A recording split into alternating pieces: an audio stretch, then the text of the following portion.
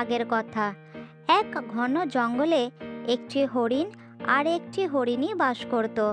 তারা একে অপরকে খুব ভালোবাসতো। তাদের কোনো সন্তান ছিল না, সেই কারণে তাদের মনে একটু দুঃখ ছিল।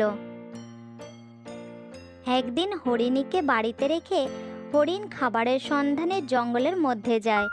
সেই সময় একটি সিংহ আসে আর তার পিছনে পিছনে চলতে থাকে।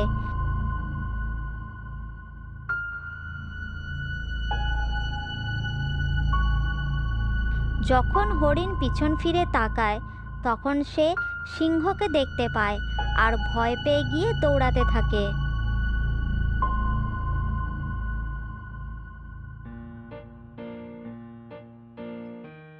এদিকে হরিণী হরিণের পিছনে পিছনে আসছিল। যখন সে হরিণের প্রাণ সংকটের মধ্যে দেখে তখন সে দৌড়াতে শুরু করে আর দৌড়তে দৌড়তে সিংহের সামনে এসে যায়। হরিণীকে দেখে সিংহ তার গতি ধীর করে দেয়। ওইদিকে হরিণ অনেকটা আগে চলে গিয়েছিল। হরিণীকে সামনে দেখে সিংহ সেই সুযোগ হারাতে চায়নি। সে হরিণীর ওপর ঝাঁপিয়ে পড়ে। হরিণীকে ধরে ফেলার পরে সিংহ বলে, আমার যে কোনো শিকার হলেই হবে, তাই হরিণকে শিকার করতে পারিনি তো কি হয়েছে, হরিণীকে তো পেয়ে গেছি। এদিকে হরিণ অনেকটা এগিয়ে যাওয়ার পরে যখন সে পিছন ফিরে দেখে তখন সে খুব দুঃখ পায়। সে দেখে হরিণীকে সিংহ ধরে নিয়েছে। হরিণ বুঝতে পেরে যায় যে তার জীবনসঙ্গিনী তাকে বাঁচানোর জন্যই নিজের জীবন আহুতি দিয়ে দিয়েছে। সে এই দুঃখ কিছুতেই মেনে নিতে পারে না। তখন সে কাঁদতে থাকে। যদি আমি এমনভাবে জানতাম তাহলে নিজেকে সিংহের সামনে উৎসর্গ করে দিতাম আর আমার হরিণীকে বাঁচিয়ে নিতাম। আমার হরিণী আমার জন্য নিজের জীবন উৎসর্গ করে দিয়েছে, যেটা কেউ কোনো দিন করতে পারবে না। হে ভগবান, আমাকেও মৃত্যু দাও, আমি আমার হরিণীকে ছাড়া বাঁচতে চাই না। মনের দুঃখে হরিণ খাওয়া ছেড়ে দেয়। সে তার ঘরে আর ফিরে যায় না।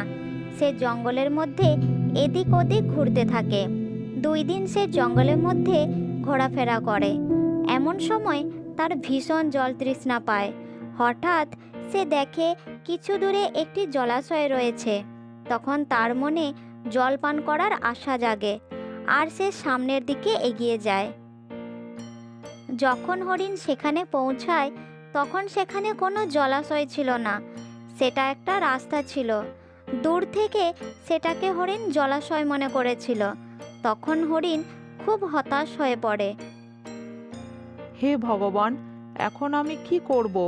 আমি তো অনেক দূরে চলে এসেছি, কিন্তু আমার জল তৃষ্ণা কিভাবে মেটাবো? তৃষ্ণায় আমার গলা শুকিয়ে যাচ্ছে। এমন সময় এক খরগোশ সেখানে এসে যায়। খরগোশের শরীর ভিজে দেখাচ্ছিল। খরগোশের ভেজা শরীর দেখে হরিণের মনে কিছুটা আশা জাগে। সে খরগোশের কাছে যায় আর তাকে জিজ্ঞাসা করে, খরগোশ ভাই, আমার খুব জল তৃষ্ণা পেয়েছে। আমি জলাশয়ের অনেক খোঁজ করেছি, কিন্তু জল কোথাও পাইনি।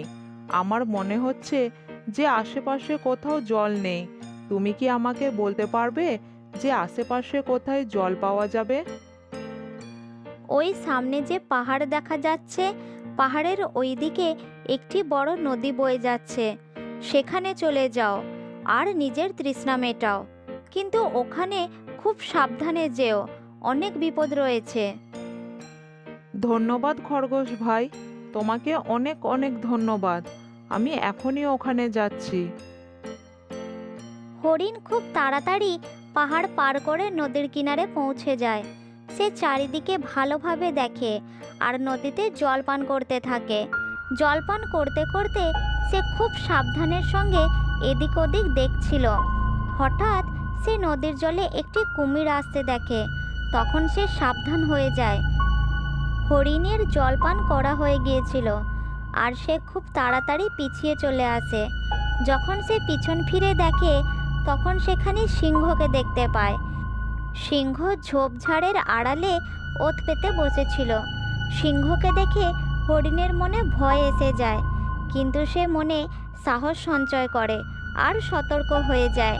তখন নিজের প্রাণ রক্ষার জন্য পরিকল্পনা করতে থাকে। সিংহের ওপর হরিণের ভীষণ রাগ হচ্ছিল। সে জানতো যে সিংহ তাকে শিকার করার জন্য নিশ্চয়ই লাফাবে। এইসব চিন্তা করে হরিণ বলে, হে মহারাজ সিংহ, আমাকে মারবেন না, ছেড়ে দিন আমাকে। যদি আপনি শিকার করার জন্য আমার ওপর আক্রমণ করেন তাহলে আমি নিজেকে বাঁচানোর জন্য পালাতে পারবো না। আমার পিছনে নদীতে বড় বড় কুমির রয়েছে, তাই আমাকে যেতে দিন। তুই আমার শিকার, তাই কোনো মূল্যেই আমি তোকে ছাড়তে পারবো না। তুই মরার জন্য তৈরি হয়ে যা। হরিণ মনে সাহস সঞ্চয় করে সাবধান হয়ে যায়। আর সিংহ যখনই তার ওপর লাফায় তখন হরিণ তার শিংয়ের সাহায্যে সিংহকে জলের মধ্যে ফেলে দেয়। তখন জলের মধ্যে কুমির সিংহকে ধরে ফেলে আর তার শক্ত চোয়ালের মধ্যে চেপে ধরে।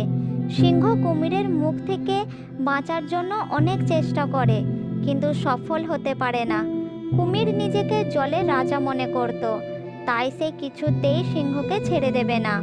সিংহ নিজেকে ছাড়ানোর জন্য চেষ্টা করতে থাকে, কিন্তু কুমির সিংহকে তার চোয়ালের মধ্যে চেপে ধরে গভীর জলের মধ্যে চলে যায়।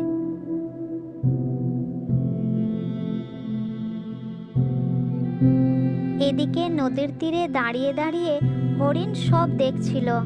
তার হরিণীর হত্যাকারী নিজেই আজ কুমিরের শিকার হয়ে গেছে। এসব দেখে হরিণ মনে মনে খুব খুশি হয়, আর তার হৃদয় নিজের স্ত্রীর জন্য দুঃখে ভরে যায়। তারপর হরিণ নিজের ঘরে ফিরে আসার জন্য সেখান থেকে চলতে শুরু করে। কিছু দূর যাওয়ার পর রাস্তায় এসে সেই খরগোশকে দেখতে পায়। হরিণকে উদাস দেখে খরগোশ বলে, হরিণ ভাই, তুমি নিশ্চয়ই তোমার তৃষ্ণা মিটিয়ে নিয়েছো, তারপরেও তোমাকে এমন উদাস দেখাচ্ছে কেন? কি হয়েছে হরিণ ভাই, বলো না আমাকে। কি আর বলবো খরগোশ ভাই, আমার জীবন সঙ্গিনীকে আমি হারিয়ে ফেলেছি। সে চিরদিনের জন্য আমাকে ছেড়ে চলে গেছে, যেখান থেকে সে আর কোনো দিন ফিরে আসবে না। সে আমাকে খুব ভালোবাসতো, খুব ভালো ছিল সে। এতই যদি তোমাকে ভালোবাসতো তাহলে ছেড়ে চলে গেল কেন? আর কোথায় চলে গেল তোমার হরিণী?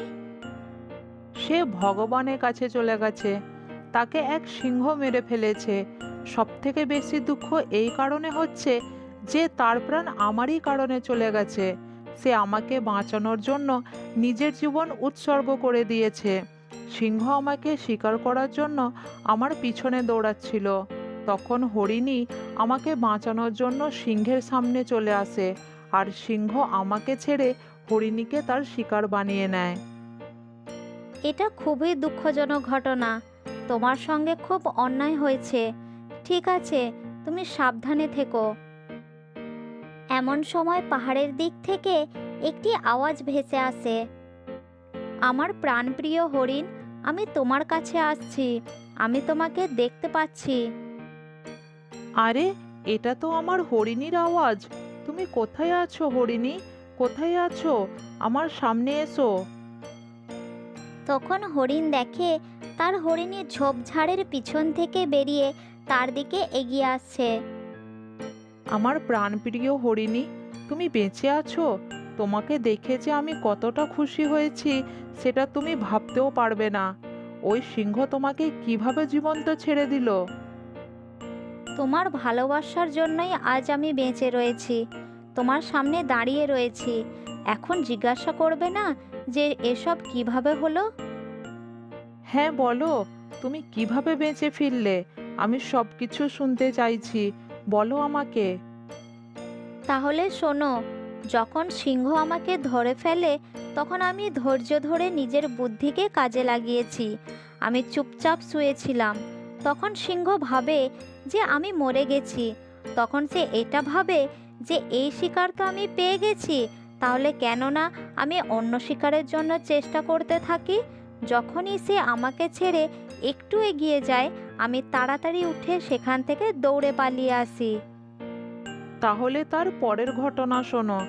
সিংহ আমার পিছু করতে করতে নদী পর্যন্ত পৌঁছে গিয়েছিল। সেখানে সে আমাকে জল পান করতে দেখে নিয়েছিল। আমিও ধৈর্য আর বুদ্ধিকে কাজে লাগিয়েছি।